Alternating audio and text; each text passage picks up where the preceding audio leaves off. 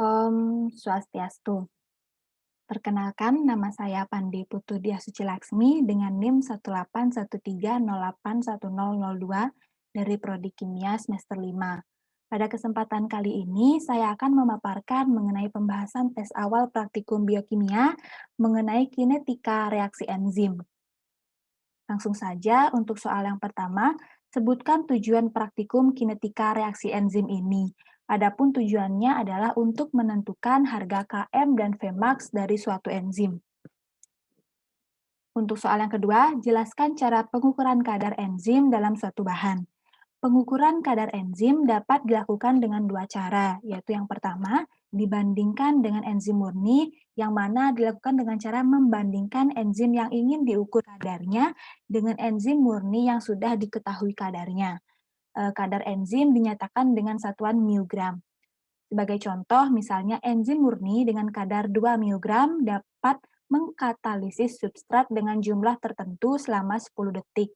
Jika memakai enzim yang ingin diukur kadarnya membutuhkan waktu 20 detik, maka kadar enzim yang bersangkutan adalah 1 mg.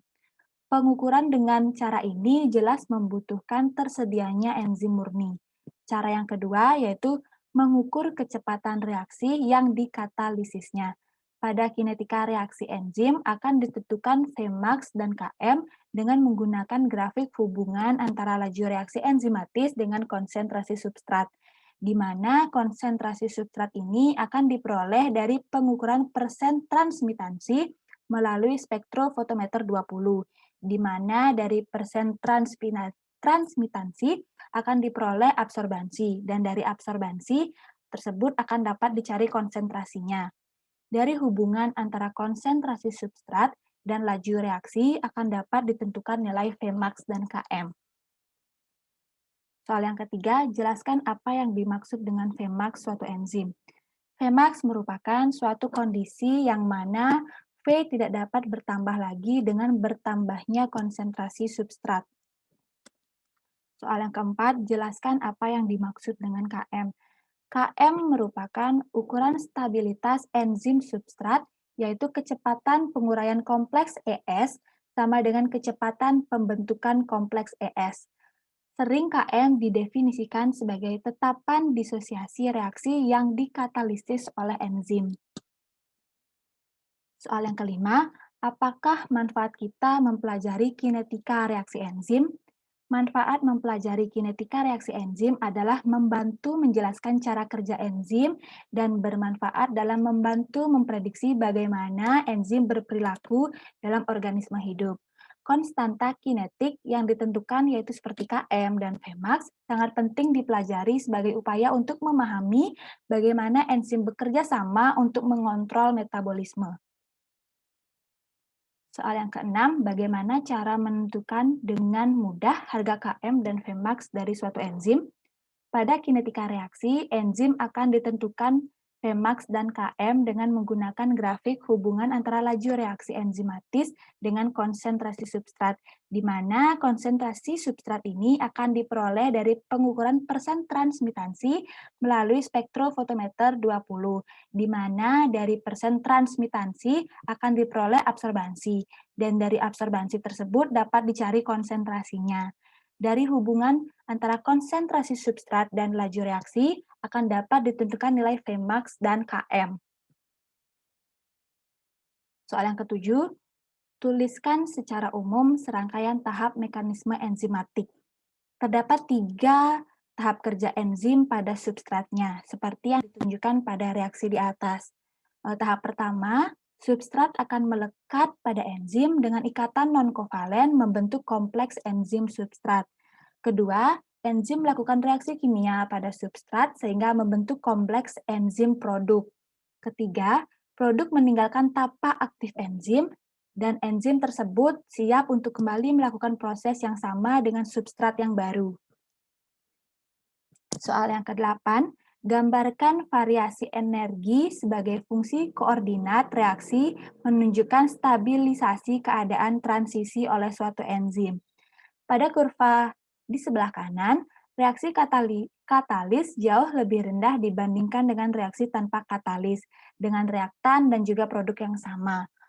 Puncak kurva merah menunjukkan energi aktivasi reaksi tanpa katalis, dan kurva biru menunjukkan kurva aktivasi reaksi dengan menggunakan katalis.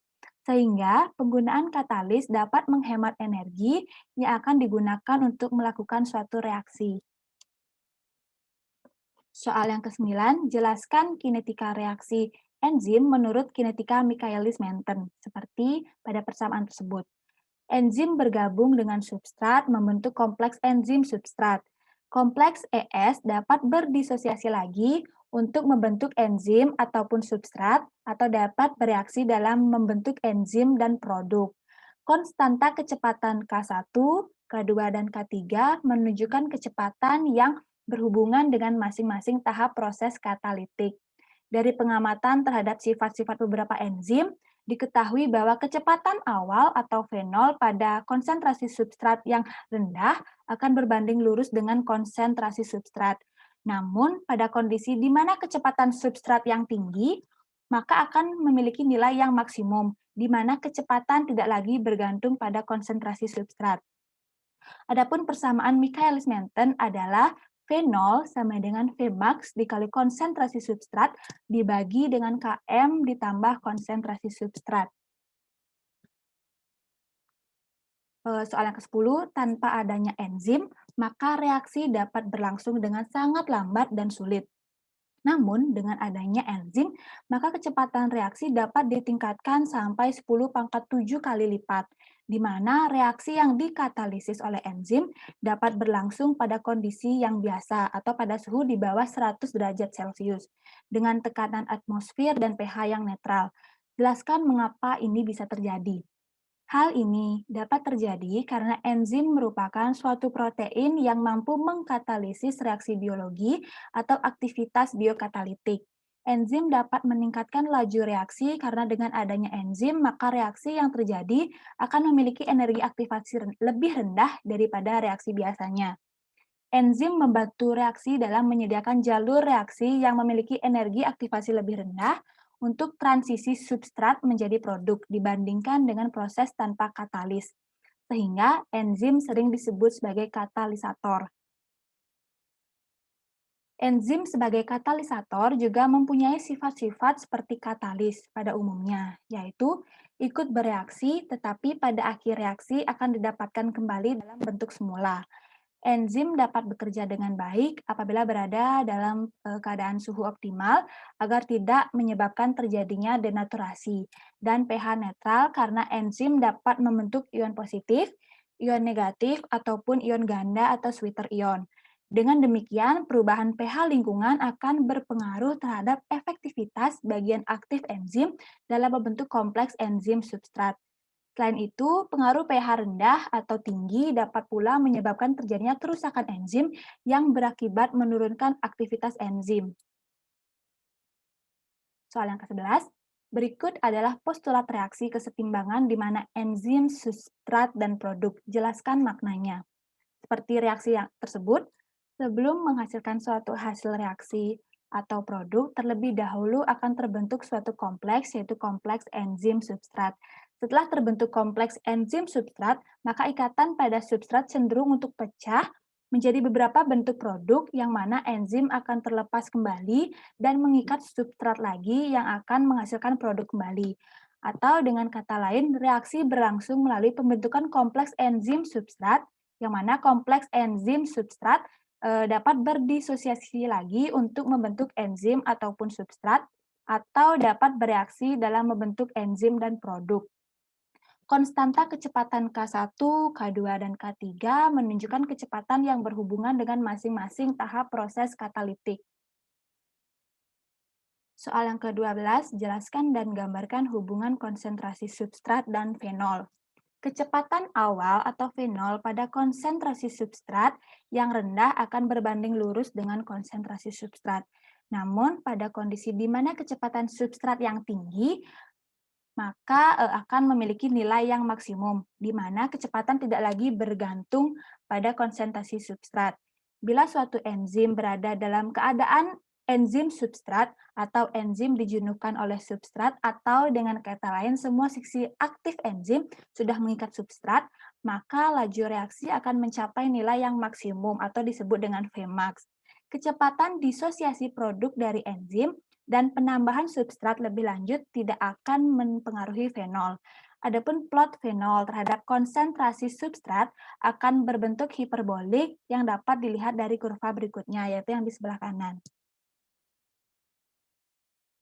Soal yang ke-13, apa yang terjadi pada langkah percobaan berikut? Inkubasi 5 mili larutan kasein 1% dalam tabung reaksi selama 5 menit pada 35 derajat Celcius. Kemudian tambahkan larutan buffer fosfat dan larutan tripsin sambil diaduk perlahan-lahan. Yang terjadi pada langkah percobaan tersebut adalah terjadi perubahan warna, yang mana dari larutan yang awalnya berwarna putih atau bening berubah menjadi warna kuning. Soal yang ke-14, inkubasi selama 20 menit pada penangas air dengan suhu 35 derajat Celcius dihitung mulai enzim ditambahkan. Lalu, reaksi dihentikan dengan penambahan 3 mili larutan TCA 20% yang disertai dengan pengadukan yang kuat. Jelaskan fungsi TCA dan mengapa diperlukan pengadukan yang kuat. Penambahan larutan TCA berfungsi untuk menghentikan aktivitas enzim mengingat larutan TCA yang bersifat asam, sehingga pada penambahan TCA mampu menyebabkan denaturasi protein baik pada tripsin maupun denaturasi protein pada kasein. Terjadinya denaturasi inilah yang menyebabkan terbentuknya endapan, sehingga dapat dianalisis pengaruh konsentrasi substrat terhadap laju reaksi enzimatis. Selain menyebabkan terjadinya denaturasi protein, penambahan TCA juga menyebabkan pH larutan menjadi menurun atau asam, sehingga kompleks enzim substrat yang terbentuk menjadi tidak stabil dan aktivitas enzim dalam mengkatalisis reaksi hidrolisis protein dalam kasein menjadi terhenti akibat terjadinya penurunan pH. Hal ini mengingat enzim tripsin bekerja secara optimal pada pH 8. Diperlukan pengadukan dengan kuat bertujuan agar campuran dapat tercampur dengan baik. Soal yang ke-15, suatu penelitian tentang enzim diperoleh data sebagai berikut, yaitu data konsentrasi substrat dan data V. Tentukan nilai Vmax dan Km lewat grafik. Cara yang pertama yaitu kita tentukan terlebih dahulu 1 per konsentrasi substrat dan 1 per V. Jika sudah didapatkan data seperti di tabel, maka kita plotkan agar mendapatkan kurva hubungan seperfenol terhadap seper konsentrasi S. Yang mana seper konsentrasi S berada pada sumbu X dan seper fenol berada pada sumbu Y. Dari kurva menghasilkan persamaan garis, yaitu Y sama dengan 5 dikali 10 pangkat min 5X plus 3,9875. Di mana persamaan ini dikaitkan dengan persamaan yang dinyatakan oleh Lindbergh, Weierberg, Bark, yaitu seperti di slide, yang mana berdasarkan persamaan tersebut, maka dapat ditentukan bahwa Y menyatakan seperfenol, gradien atau EM menyatakan Km per Vmax, serta intercept atau B menyatakan seper Vmax. Diketahui bahwa harga Vmax merupakan harga saat X sama dengan 0, sehingga seper fenol sama dengan Km per Vmax dikali seper konsentrasi substrat plus seper Vmax. Seper fenol tersebut adalah seper Vmax. Dari penjabaran tersebut, maka didapatkan nilai Vmax adalah 0,25 mu mol per liter.